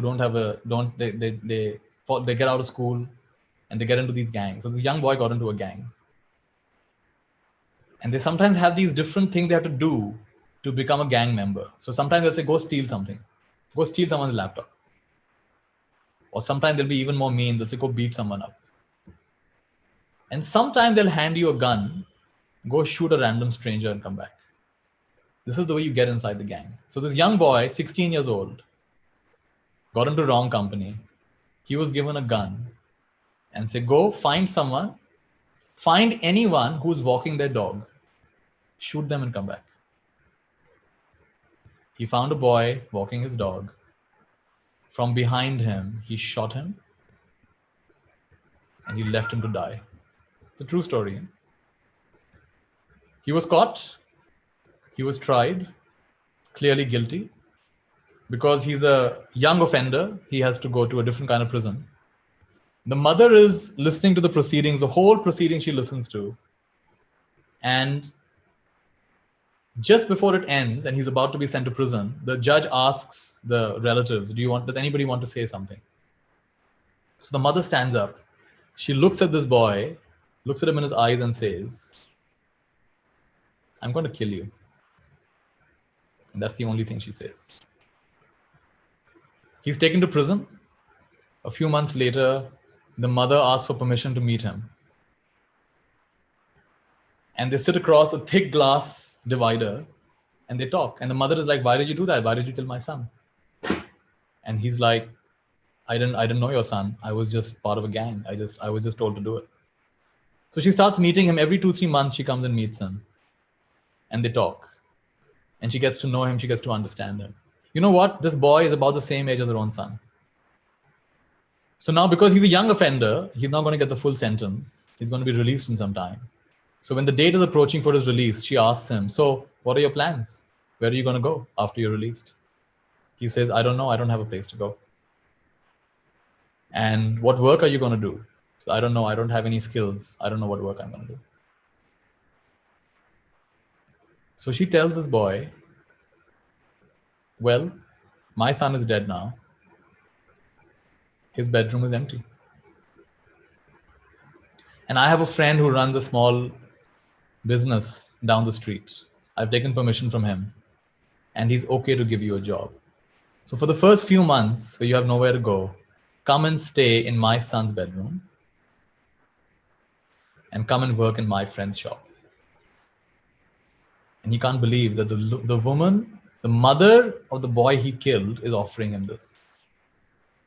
So he comes and he stays with her, and he goes to work and he spends the night in the house. And one day when he comes home, the lady says, come and sit with me in the living room. He sit in the living room. And she looks at him and says, do you remember what I said to you that day just before you were sent to prison? He says, ma'am, how can I forget it?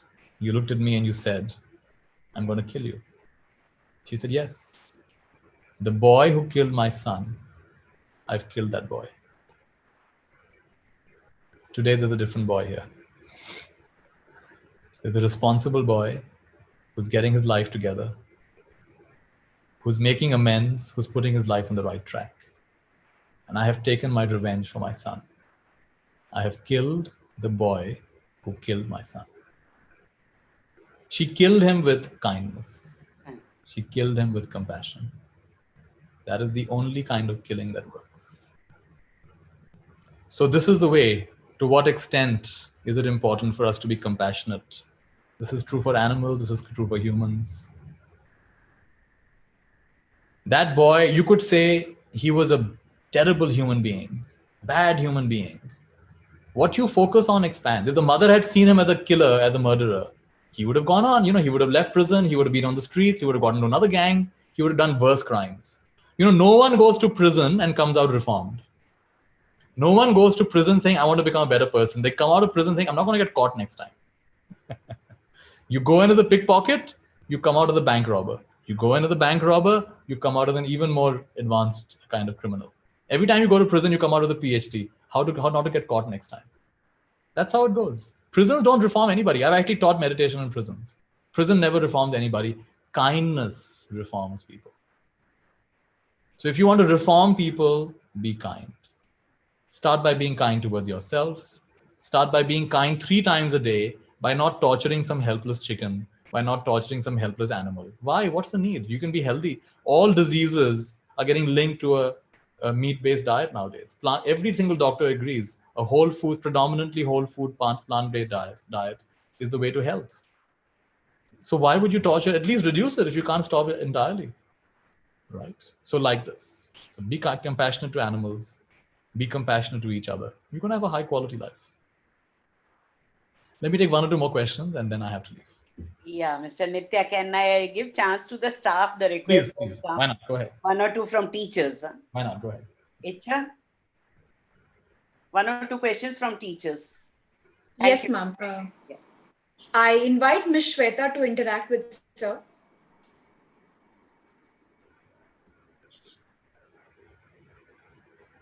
Namaste one and all present here in this forum. I'm Shweta from pre-primary. Am I audible?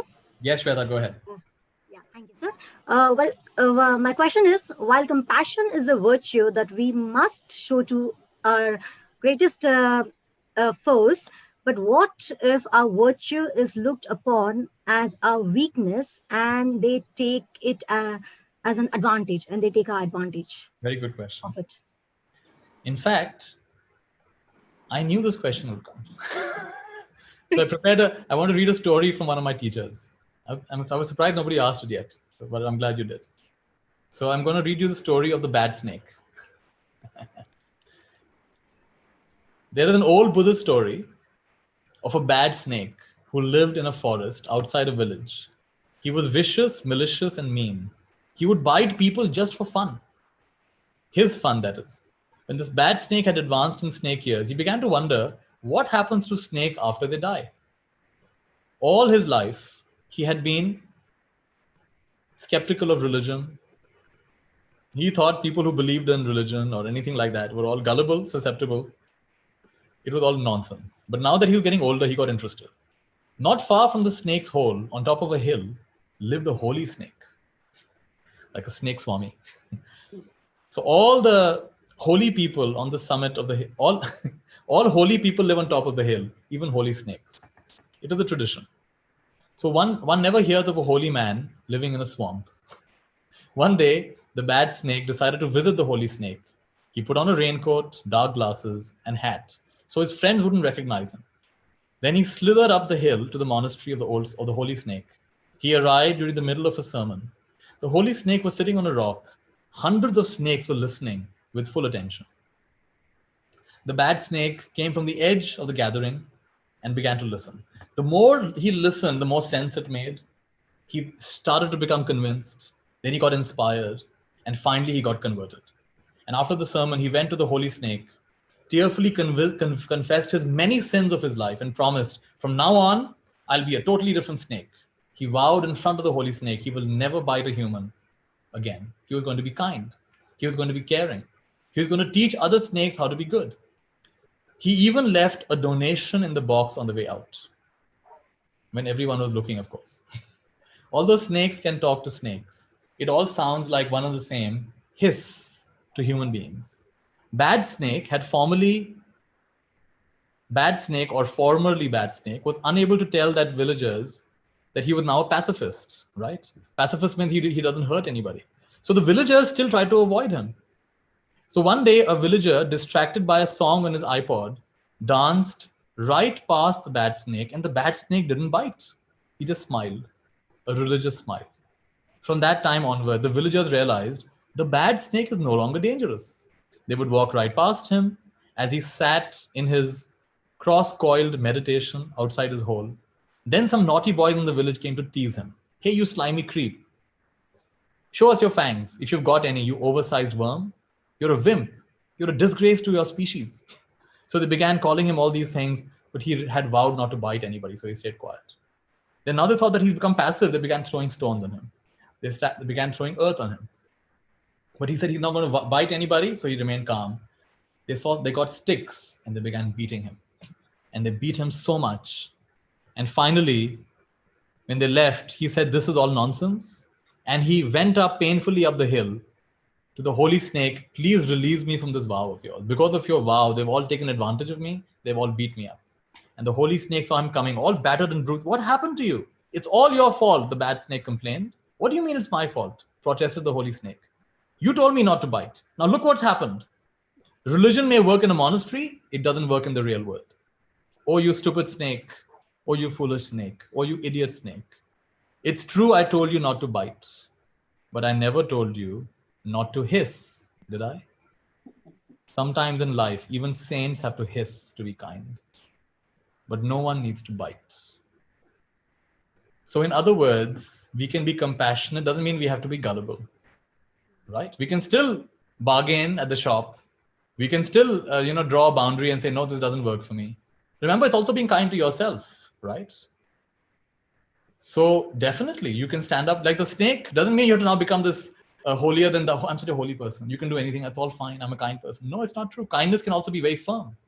Sometimes kindness can mean like in your class, when children are not listening, sometimes kindness for the class, kindness for the learning environment means you got to be firm with this child. I'm sorry, that doesn't work in my class.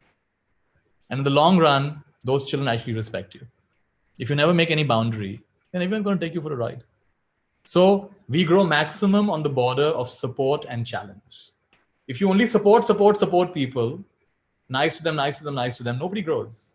If you only challenge people, nobody grows. You have to be supportive and challenging. Like a kumhar who makes pots, one hand is inside, one hand is outside. And like this inner hand is supporting hand, outer hand is shaping hand. We need both in order to grow. So as human beings, as teachers, as leaders, this is our job. We love people, we accept people, and we also see in them a greater potential. And we don't settle for bad behavior. It's okay to stand up for yourself. It's okay to even be firm. But your heart should have nothing but love and compassion. And if it's not there, then take time out. First, establish love and compassion in your heart. And then go ahead, take any strong action. You should read the book, I think it's called Karma Yogi, by, I think, R. Srinivas, the one who made the Delhi Metro. I'm forgetting his name now. It's a fantastic book of how he practiced kindness and compassion while being very firm with politicians, very firm with bureaucrats. He never took a bribe. He made sure his projects were completed on time. He was firm, but he was also kind. And his workers respected him and they followed him. That's how I'd respond to you. Thanks, Shweta, for your question. Thank you, sir. Thank you, sir. Thank you, ma'am. Next, we have Miss Vasanta. All right. Vasanta, go ahead. Yeah, good afternoon, sir. Good afternoon. I'm blessed to listen to you, sir, today. And my question is, what can be done by educators and teachers to make our students more compassionate? And also, how can we guide the parents to help their children practicing kindness? Yeah, beautiful. Both for teachers and parents, I just have 3 guidelines. I kind of briefly mentioned them, I want to repeat them. 3 guidelines.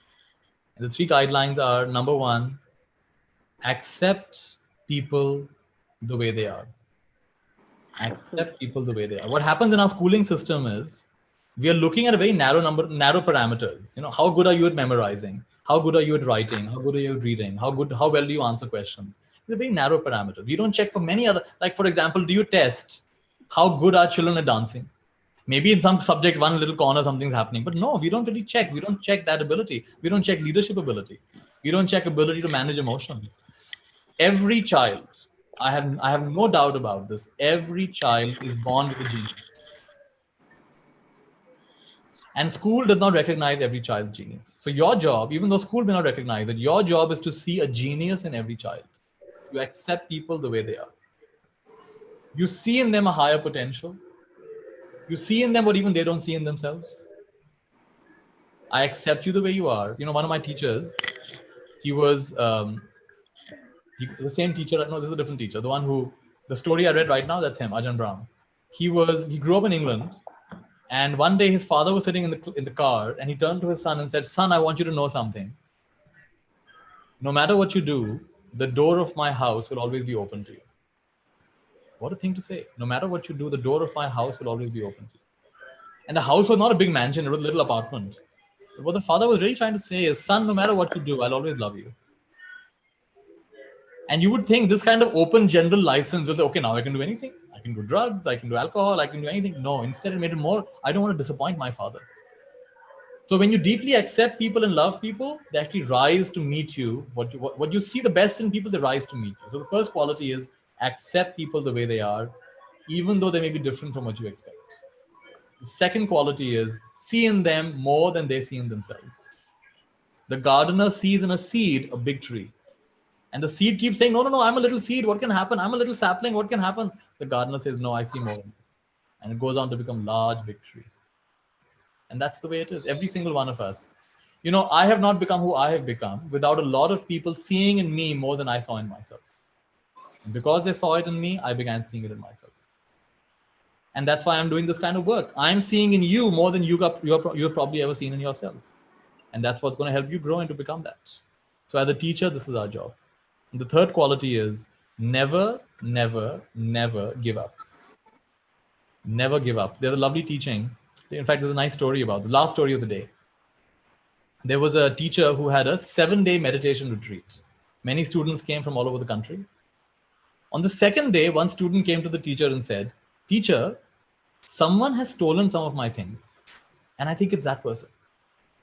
Teacher said, "Go back, keep practicing." Third day, one more student came. "Teacher, someone stole my things also. And we are both sure that person did it. Please take action."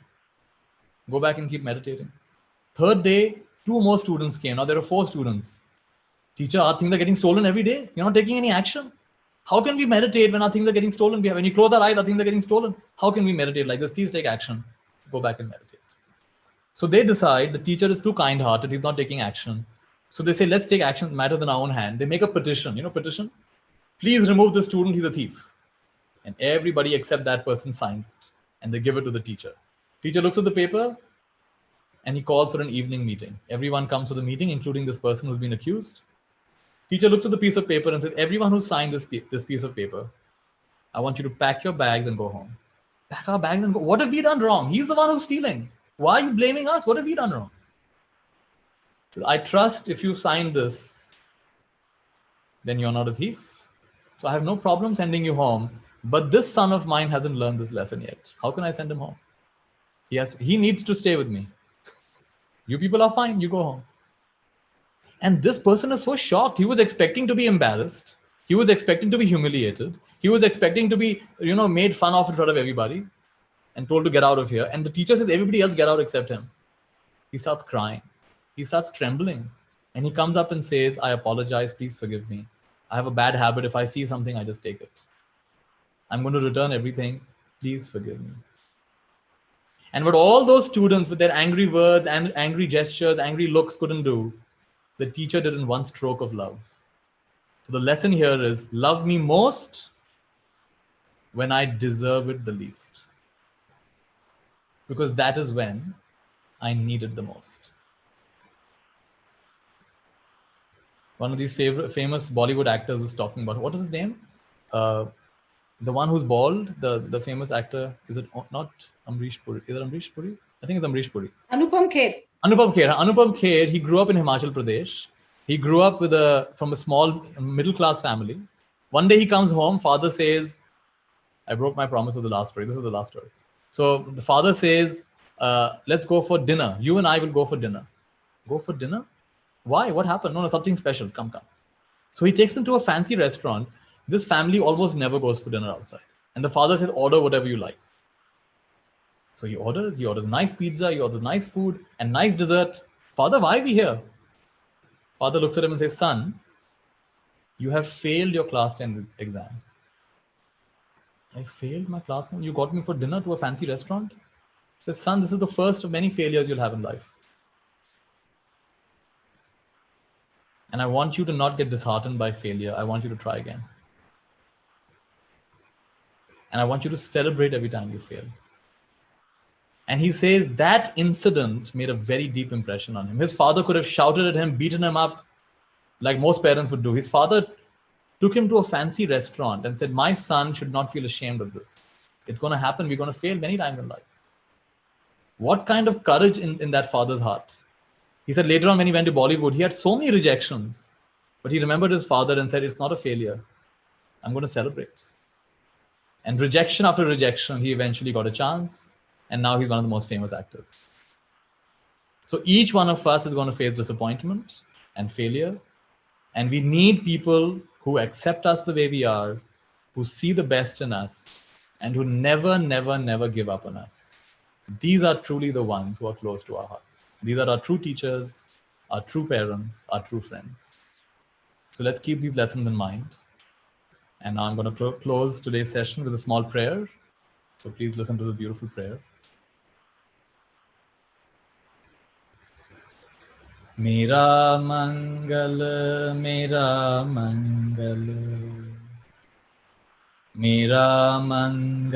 ho re.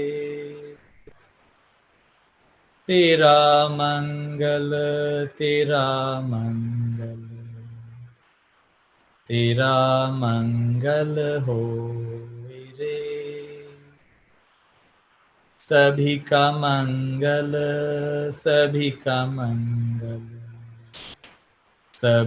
mangal ho re.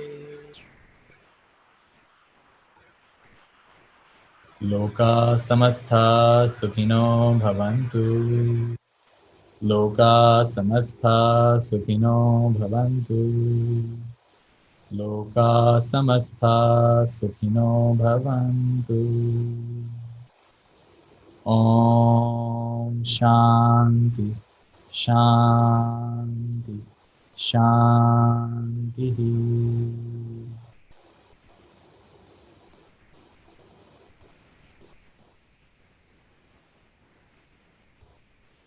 All right, thank you very much, Hira and Kanchan and everybody else who invited me. And Icha, very good job moderating today's session. Arpita, go ahead. Good evening to the august gathering. Yes, we have seen many examples that a single act of kindness throws out roots in all directions, and the roots spring up and make new trees. If the intention is powerful, the action will be powerful. If the action is powerful, the results will be powerful. Today, SVIS is blessed with the presence of Sri Nitya Shanti Sir, a spiritual leader who has an intention to share his practical wisdom teachings through happiness joy shops. Yes, he calls his workshops as joy shops. And we experienced it today as well. On behalf of Sadhu Vaswani International School, Hyderabad and Sadhu Vaswani Mission, Hyderabad, I, Arpita, Vice Principal, extend my sincere gratitude and hearty vote of thanks to Shri Nitya Shanti Sir for enlightening us on how to make kindness the new normal. I also extend a hearty vote of thanks to our chairman, Dr. Harish Mirchandani, mission members, Ms. Hira Rupani, Ms. Shweta ma'am, and Ms. Rekha ma'am, and our beloved principal, Ms. Kanchan Dulani, for their unflinching support to virtually spread the message of kindness and compassion through this talk show, which also marks our first event for the year to spread the message of Meatless Day, which was initiated by our Guru, Sadhu Vaswani.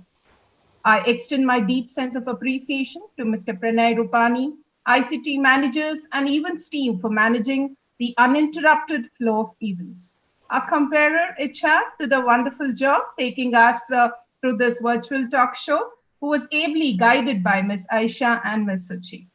Thanks to all curious minds that interacted with Shri Nitya Shanti Sir. Now, I would like Shri Nitya Shanti Sir to accept a small token of gratitude on behalf of Sadhu Vaswani International School, Hyderabad, for igniting young minds towards the path of compassion. A small certificate, sir, we would like you to accept virtually. Yes.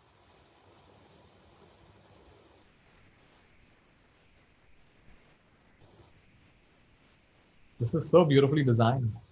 Sadhu Vaswani International School, Nitya Shanti, thank you for sparing your valuable time and gracing the event. Each one of us can be an ambassador of peace, a harbinger of peace, merely by smiling a smile of friendship.